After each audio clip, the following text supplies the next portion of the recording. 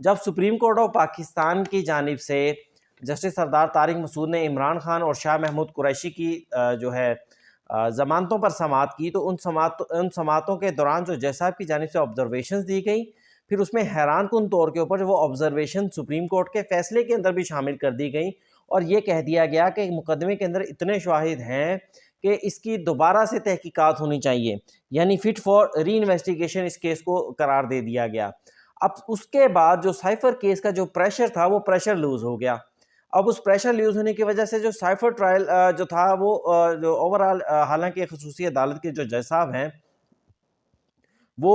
اس trial کو بالکل اسی طرح سے، وہ پنجابی میں کہتے ہیں کہ کھینچی جا رہے ہیں لیکن روک نہیں رہے، کسی بھی سن نہیں رہے،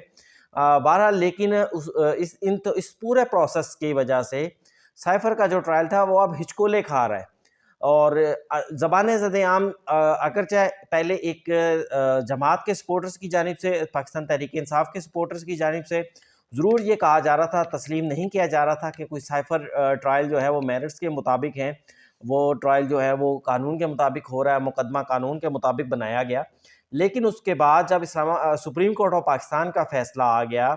تو اس کے بعد باقاعدہ ہر شخص کی زبان کے اوپر سائفر ٹرائل کے حوالے سے مزید شکوک و شبہات جو ہیں وہ سامنے آنے لگے، مزید شکوک و شبہات جو ہیں وہ پیدا ہو گئے ہیں۔ اب ان سائفر ٹرائل کے اندر میں آپ کو یہ بتا دوں، میں نے کیونکہ سپریم کورٹ آف پاکستان میں بھی اس مقدمے کو کور کیا تھا، تو ایسا نہیں ہے کہ سائفر مقدمے کے اندر جو ہے وہ کوئی عمران خان کے وکلا کی کوئی ایکسٹرا کاوش ہے اس مقدمے کو اس نہج تک یا اتنا کمزور کرنے کے اندر، بلکہ اس میں پروسیکیوشن کی جانب سے بے انتہا غلطیاں کی گئیں۔ مثلا آفیشل سیکرٹ ایکٹ کا سیکشن 5(1)(a) لگانے کا کہا گیا، لیکن عمران خان کے اس امر کی وجہ سے، سائفر لہرانے کی وجہ سے بیرون ملک کو جو فائدہ ہوا، دشمن ملک کو فائدہ ہوا،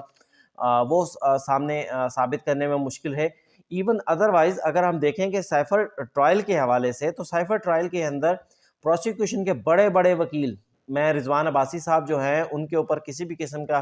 ان کی قابلیت کے اوپر سوال نہیں اٹھاتا، پھر ذوالفقار عباس نقوی صاحب ان کی قابلیت کے اوپر سوال نہیں اٹھاتا، لیکن سوال آٹومیٹکلی اٹھ جاتے ہیں جب آپ ایک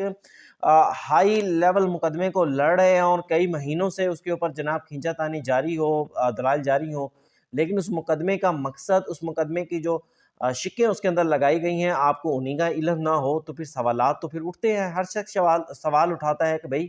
یہ آپ لوگ کیا کر رہے ہیں، آپ کو سائفر لگا رکھی ہے ہر شخص نے، لیکن سائفر کا مطلب تک بھی معلوم نہیں پروسیکیوشن کے سرکاری وکلا کو۔ تو آج اس کیس کے اندر جج صاحب نے، جسٹس میاں گل حسن اورنگزیب نے بڑے انتہائی اہم آبزرویشنز دیں، اور ان آبزرویشنز کے بعد انہوں نے کہا کہ حالانکہ جو اٹارنی جنرل پاکستان تھے ان کی جانب سے یہ کہا گیا کہ صرف چند گواہوں کے جو بیانات ہیں وہ ان کیمرہ کیے گئے، لیکن باقی جو تھا وہ ٹرائل سارا اوپن تھا، فیملی کو جانے کی اجازت تھی، میڈیا کو جانے کی اجازت تھی، لیکن جج صاحب نے اس کو بظاہر تسلیم نہیں کیا۔ پھر یہ بھی ہے کہ کہا گیا کہ تم آ جاؤ تم نہ آ جاؤ، یہ جو اگر اس طرح کا کوئی بھی ٹرائل ہوتا ہے تو اسے اوپنلی ٹرائل نہیں کہا جائے گا۔ اس کیس کے اندر ہم جانتے ہیں کہ پہلی 2-3 سماعتوں کے اندر میڈیا کو جانے کی اجازت دی گئی، لیکن تیسری سماعت کے بعد ایک مخصوص فہرست جو تھی وہ جیل کے اندر سے آتی تھی، اور بعض دفعہ تو اس طرح ہوا کہ جن صحافیوں کے نام جیل کے اندر سے آ رہے تھے وہ صحافی اڈیالہ جیل کے باہر موجود بھی نہیں تھے۔ تو ایسے حالات بھی دیکھے صحافیوں نے کہ جو صحافی وہاں پر موجود نہیں تھے، اب وہ نام لسٹ کہاں سے فلوٹ کرتی تھی، کہاں سے وہ نام شامل کیے جاتے تھے، اس حوالے سے کوئی بھی شخص جو ہے وہ نہیں جانتا، معلومات کسی کے پاس بھی نہیں ہے۔ بہرحال واپس آتے ہیں اسلام آباد ہائی کورٹ کی طرف کہ اسلام آباد ہائی کورٹ میں نے اس کیس کے اندر جو ہے وہ اٹارنی جنرل پاکستان نے، جب جج صاحب کی جانب سے یہ اہم آبزرویشن دی گئی تو اٹارنی جنرل پاکستان نے کہا کہ میڈیا کو اجازت تھی جج کے، حالانکہ یہ بالکل جھوٹ ہے، میڈیا کو اس طرح سے اجازت نہیں تھی۔ پھر جس کے بعد جج صاحب نے، جسٹس میاں گل حسن اورنگزیب نے کہا کہ جج صاحب نے جو آرڈر پاس کیا ہے ان کیمرہ ٹرائل کا، اس آرڈر کے اندر ہی تضاد موجود ہے۔ پھر اس کے بعد سپریم کورٹ آف پاکستان کی جانب سے جو ضمانت کا جو حکم دیا گیا تھا، اس حکم کا بھی جائزہ اس حکم کو بھی عدالت کے سامنے پیش کیا گیا، عدالت نے اس حکم کا جائزہ لیا، اور اس کے بعد عدالت نے کہا کہ جناب اس کیس کے اندر اہم آئینی ایشوز ہیں، اس کو ہم جو ہے وہ ججمنٹ ریزرو کر رہے ہیں۔ پھر کوئی 1.5 سے 2 گھنٹے کے بعد جو ہے باقاعدہ عدالت نے حکم نامہ جاری کر دیا، اور اس حکم نامے کے اندر سائفر ٹرائل کو روک دیا اور اس کیس کی مزید سماعت 11 جنوری تک ملتوی کر دی۔ اب ناظرین یہ جو سائفر ٹرائل جسٹس میاں گل حسن اورنگزیب صاحب نے جو روکا ہے 9 صفحات پر مشتمل یہ اسلام آباد ہائی کورٹ کا حکم نامہ ہے، وہ حکم نامے بھی بڑا اہم ہے، لیکن اس حکم نامے کو مجھے پڑھ کر ایسا لگا کہ اس حکم نامے میں اگر ہم غور سے دیکھیں تو باقی ساری باتیں تو لکھی گئی ہیں، ٹھیک ہے، اٹارنی جنرل آف پاکستان نے یہ کہا، پروسیکیوشن نے یہ کہا، عمران خان کے وکلاء نے وہ کہا، جو باتیں میں نے آپ کو بتا بھی دی ہیں، لیکن اس کے اندر ٹرائل روکنے کی کوئی خاص وجہ نہیں لکھی گئی ماں سوائے اس کے کہ شاہ محمود قریشی کی ضمانت کے مقدمے کے اندر اسلام آباد ہائی کورٹ کی جانب سے ٹرائل کو 1 ماہ میں مکمل کرنے کی ہدایت دی گئی تھی۔ اس فیصلے کو سپریم کورٹ آف پاکستان نے شاہ محمود قریشی کی ضمانت کے کیس کے اندر اڑا دیا، قلعدم کر دیا۔ اب وہ جو ڈائریکشن تھی کہ اس مقدمے کو 1 ماہ کے اندر مکمل کیا جائے وہ ختم ہو گئی۔ تو جج صاحب نے آج اپنی فیصلے کے اندر ایک جو واحد ریزن جو مجھے لگی ہے کہ وہ وجوہات لکھی ہے وہ یہ ہے کہ اس ریزن کے نہ اس آرڈر کے غیر موجودگی میں بھی، یعنی کوئی ایسا حکم نہیں ہے کہ اس ٹرائل کو فوری ختم کیا جائے، پھر بھی یہ ٹرائل روزانہ کی بنیاد پر کیا جا رہا ہے، اور اس کی بنیاد کے اوپر اس لائن کو 2 دفعہ جج صاحب نے آخری پیرے کے اندر لکھا اور سائفر ٹرائل کو روک دیا۔ تو بھائی یہاں سوال تھوڑا سا جسٹس میاں گل حسن اورنگزیب صاحب سے بھی اٹھتا ہے کہ سر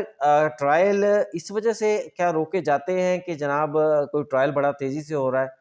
کیا بات ہے، کیا اسلام آباد ہائی کورٹ کو بھی کسی چیز کا ڈر تھا کہ جناب کوئی فیصلہ نہ آ جائے؟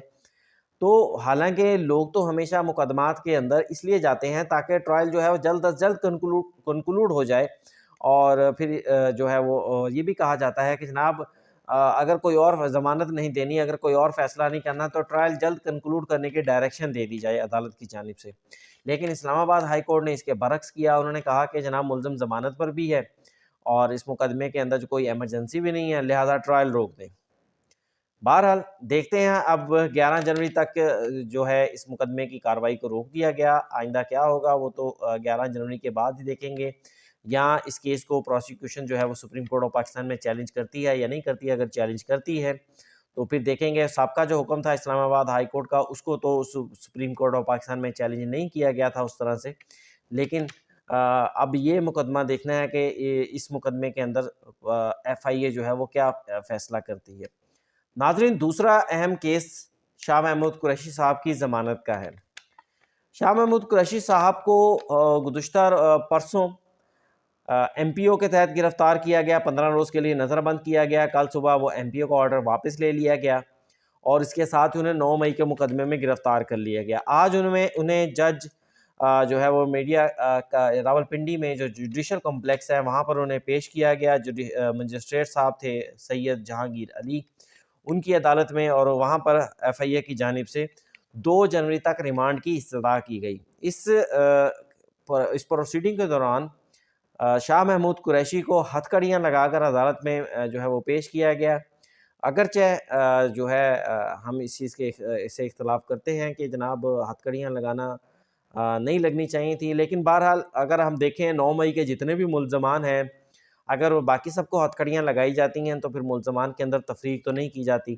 لیکن جج صاحب نے ایک سٹیج کے اندر شاہ محمود قریشی صاحب بڑے جذباتی ہو گئے تو جج صاحب نے ان کی ہتھ کڑی جو ہے وہ کھولنے کا حکم دے دیا تھا۔ اچھا، اس کیس کے اندر بھی شاہ محمود قریشی صاحب نے عدالت سے استدعا کی کہ وہ بیان ریکارڈ کروانا چاہتے ہیں۔ اب سب نے سوچا کہ بھائی کیا بیان ہوگا، دیکھتے ہیں۔ اس بیان کے اندر انہوں نے کہا کہ جناب میں 9 مئی کے واقعے کے حوالے سے کیسے خطرہ ہو گیا، کئی ماہ سے میں جیل کے اندر ہوں، 5 بار ممبر پارلیمنٹ رہا ہوں، میں نے پاکستان کا مقدمہ بہت سارے انٹرنیشنل فورمز کے اوپر لڑا ہے۔ پھر انہوں نے کہا جی S H O Ashfaq Cheema نے مجھے گالیاں دیں، مجھے دھکے مارے، لاتیں ماری، یہ بالکل غیر انسانی سلوک ہے، ایسا نہ صرف شاہ محمود قریشی صاحب، کسی بھی ملزم کے ساتھ نہیں ہونا چاہیے۔ آپ جو پروسیکیوشن ہوتی ہے، جو پولیس ہوتی ہے، اس کا کام شواہد اکٹھے کرنا ہوتا ہے، نہ صرف لیکن اس کے برعکس ہماری جو پولیس کی ٹریننگ ہے وہ ہم سب جانتے ہیں کہ وہ کس طرح کی ہے، اور وہ تو ملزمان کیا، وہ تو کوئی اگر عام شخص درخواست لے کر تھانے چلا جائے تو یقیناً وہ بھی یہی سوچتا ہے کہ بھائی میں تھانے میں کیوں آ گیا، میں پھنس گیا، مجھے تھانے نہیں آنا چاہیے تھا۔ اسی وجہ سے اکثر جو جرائم ہیں وہ رپورٹ بھی نہیں ہوتے۔ بہرحال شاہ محمود قریشی صاحب نے عدالت کے سامنے کہا کہ مجھے S H O Ashfaq Cheema نے مجھے گالیاں دیں، مجھے لاتیں ماریں، 9 مئی کو بیگم کی سرجری کے لیے میں کراچی میں تھا، ٹھیک ہے جی. اور مجھے رات کو گزشتہ رات جو ایک رات انہوں نے تھانے میں گزاری ہے، مجھے سونے نہیں دیا گیا. لائٹ کو بار بار جلا دیا جاتا تھا، آن کر دیا جاتا تھا، بند کر دیا جاتا تھا. پھر ایف آئی اے کی رپورٹ، ایف آئی اے کے پروسیکیوشن کی جانب سے یہ موقف اپنایا گیا کہ پیمرا سے اور اس میں ایف آئی اے نے جو رپورٹ لی ہے، ایف آئی اے سے جو رپورٹ سامنے آئی ہے، اس کے اندر جو ہے وہ شواہد ملے ہیں، اور شواہد غیر معمولی نہیں ہے. شاہ محمود قریشی کی اس حوالے سے ایک تقریر تھی، اس تقریر کے بعد جی ایچ کیو پر حملہ ہوا. 2 جنوری تک استدعا کی گئی عدالت سے کہ عدالت 2 جنوری تک شاہ محمود قریشی کا ریمانڈ منظور کرے، جس کے بعد ان کے ملزم نے دوبارہ کہا کہ جناب چلان پیش ہو گیا تو ریمانڈ کی ضرورت نہیں ہے. قریشی صاحب کا نام جو ہے وہ پہلے چلان کے اندر موجود نہیں تھا. اگر ایسی بات تھی تو پولیس کو پہلے ہی شامل کر دینا چاہیے تھا. یہ بڑا اسٹرانگ گراؤنڈ ہے، اور میرے خیال سے اسی گراؤنڈ کے اوپر عدالت نے جو ہے ریمانڈ نہیں دیا کہ ایک چلان آپ نے اگر کہیں پر ذکر بھی کیا ہوتا شاہ محمود قریشی کا، جو چلان عدالت کے اندر پیش ہوا ہے، تو ممکنہ طور کے اوپر شاید آج ریمانڈ مل جاتا. یہ لیگل پوائنٹ ہے بہرحال. تو جس کے بعد شاہ محمود قریشی صاحب جو ہیں وہ عدالت میں آبدیدہ ہو گئے اور کہا کہ کیا یہ انصاف ہے؟ فریزر کی طرح جو ٹھنڈا روم تھا، رات مجھے وہاں پر رکھا گیا، لائٹس کو بند کر کے موم بتی جلا دی گئی، قرآن پاک پر اوپر حلف دیتا ہوں 9 مئی کو راولپنڈی، تو کیا میں تو پنجاب میں ہی نہیں تھا. ناظرین، یہ پاکستان تحریک انصاف کے رہنماؤں کی جانب سے اس سے پہلے عمران خان نے بشرا بی بی کے حوالے سے جو نکاح کا مقدمہ ہے، اس میں بھی انہوں نے قرآن پاک پر حلف دینے کی بات کی تھی کہ میں نے بشرا بی بی کا جو چہرہ ہے وہ اسی روز دیکھا جب ان سے نکاح کیا، اس سے پہلے ان کا چہرہ دیکھا ہی نہیں تھا. اور اس کے بعد آج شاہ محمود قریشی نے بھی اسی بات کو، اسی طریقہ کار کو دہرایا اور کہا کہ قرآن پاک پر حلف دیتا ہوں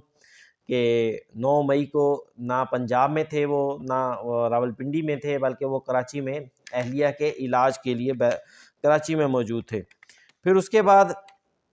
عدالت نے مقدمہ جو تھا وہ اس کا فیصلہ محفوظ کر لیا، اور پھر تھوڑی دیر بعد فیصلہ سنایا، اور شاہ محمود قریشی صاحب کو تقریباً جو 1 گھنٹے کے وقفے کے بعد جب یہ فیصلہ سنایا گیا تو شاہ محمود قریشی صاحب کو جوڈیشل ریمانڈ کر دیا گیا. اب جوڈیشل ریمانڈ کرنے کا مطلب یہ ہے کہ اب ان کے اب ان کے جو وکلا ہیں وہ ضمانت فائل کر سکتے ہیں. لیکن میرے خیال سے جس طرح کا رویہ ریاست کی جانب سے اپنایا جا رہا ہے، مجھے نہیں لگتا کہ وہ آئندہ 2-4 روز، 5 روز یا 10 روز کے اندر وہ باہر نکل سکیں گے. اب ناظرین آتے ہیں لیول پلینگ فیلڈ کے حوالے سے. اسلام آباد الیکشن کمیشن آف پاکستان کا اہم فیصلہ